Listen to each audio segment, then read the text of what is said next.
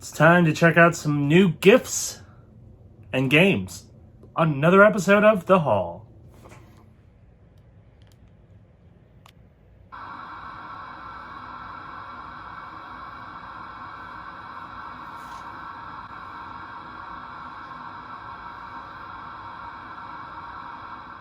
Hello everybody and welcome to an episode of The Haul. This is the show where I show off some of the cool things that I've been able to acquire, as well as, talking about some deals and stuff that you might be able to take advantage of. My name is Chris. So today, I'm going to begin this episode of The Haul. Now, I am going to be filming an additional segment to this episode, so if you see me in a different shirt, that's why I filmed it on a different day. But, I did acquire some new things for post-Christmas deals / a present that I was not expecting, so let's get this going. Let's see what I was able to acquire.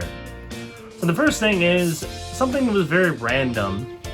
I got a text from my mother earlier in the week giving me a link to this backpack that looked really, really nice.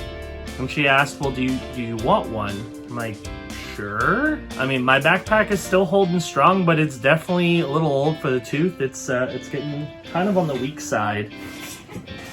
So this is my current backpack. I've had it for about a year, maybe a little longer, and as you can see, like it's got some damage to it. It's holding strong. I usually don't replace backpacks until I can basically just not use them anymore. But I made an exception in this case because I was given this one.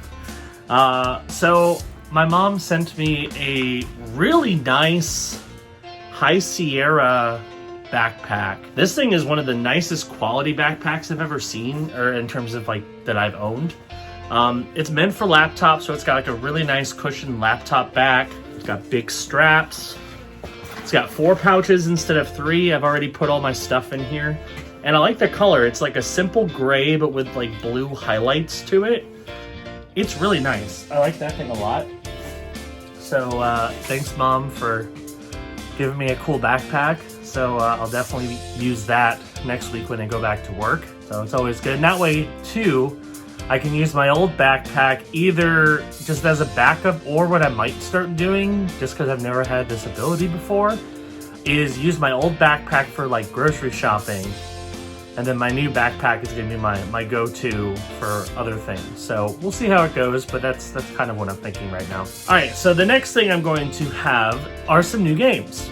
Now, new, quote-unquote, new for me games. And the reason why I got them is because of a few things. First of all, I had some leftover Gamestop credit from trade-ins, and I also had a coupon that I need to use. And GameStop was doing a very interesting deal where you can go on the website and pick out 4 games that are priced at $15 or less and get them for $30, which that's pretty solid considering, you're essentially getting 2 games free. So I decided, well, might as well take a look and see what I can find. On top of that, you can get free shipping if you made your order $35. So of course, being $30, I was a little bit under. So I decided, let's take a look at some other stuff, see what I can find. And I found a game that I was interested in grabbing for a very low price.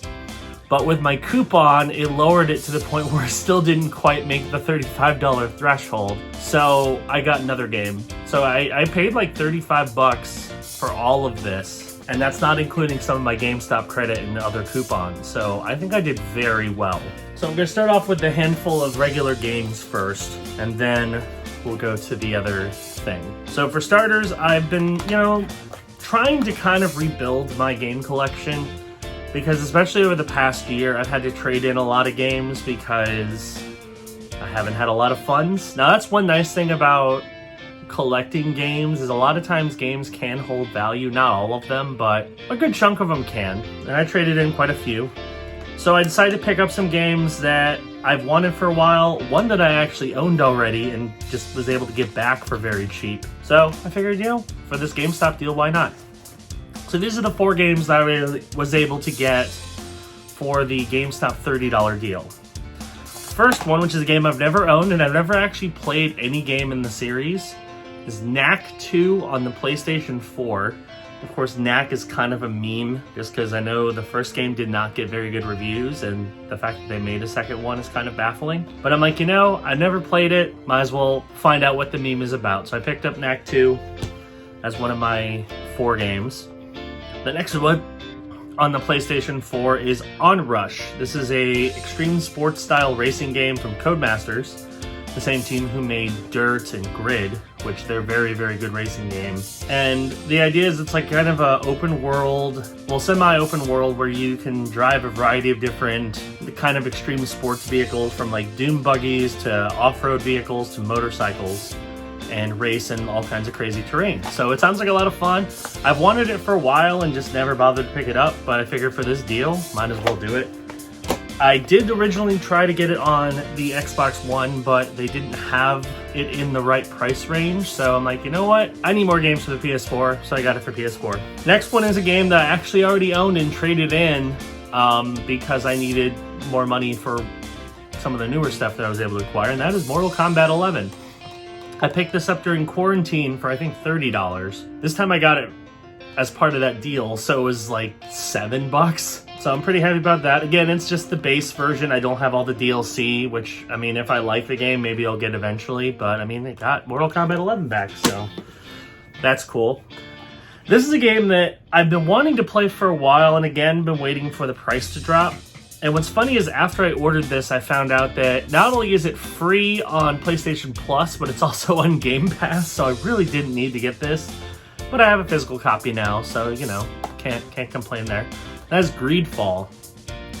This is a open world action RPG with kind of like pirates and interesting monsters. It looks fun. It's Xbox One X enhanced, so it'll look probably very good on my Series X.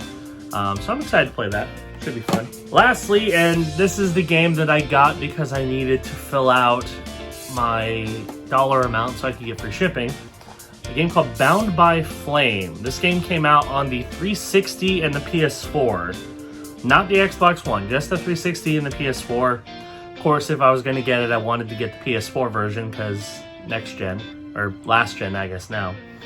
This was a cross-gen game. Again, it looks kind of like a dungeon crawler, action RPG sort of thing, so it looks fun. We'll see if I try it out. It was dirt cheap.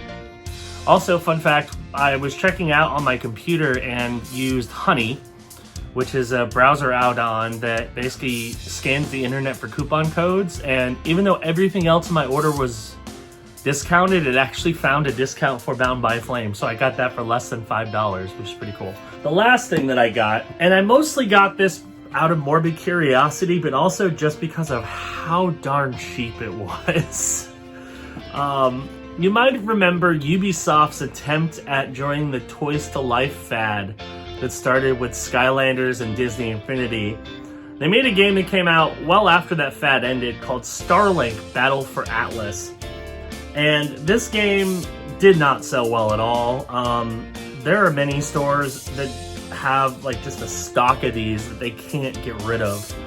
So Gamestop had it on their website for $5.97, which was a strange price, but with one of my GameStop coupons, I was able to get it for 97 cents. I paid less than $1 for a brand new copy of the Starlink Battle for Atlas starter pack. So this has the toys, all the stuff you need to actually start the game.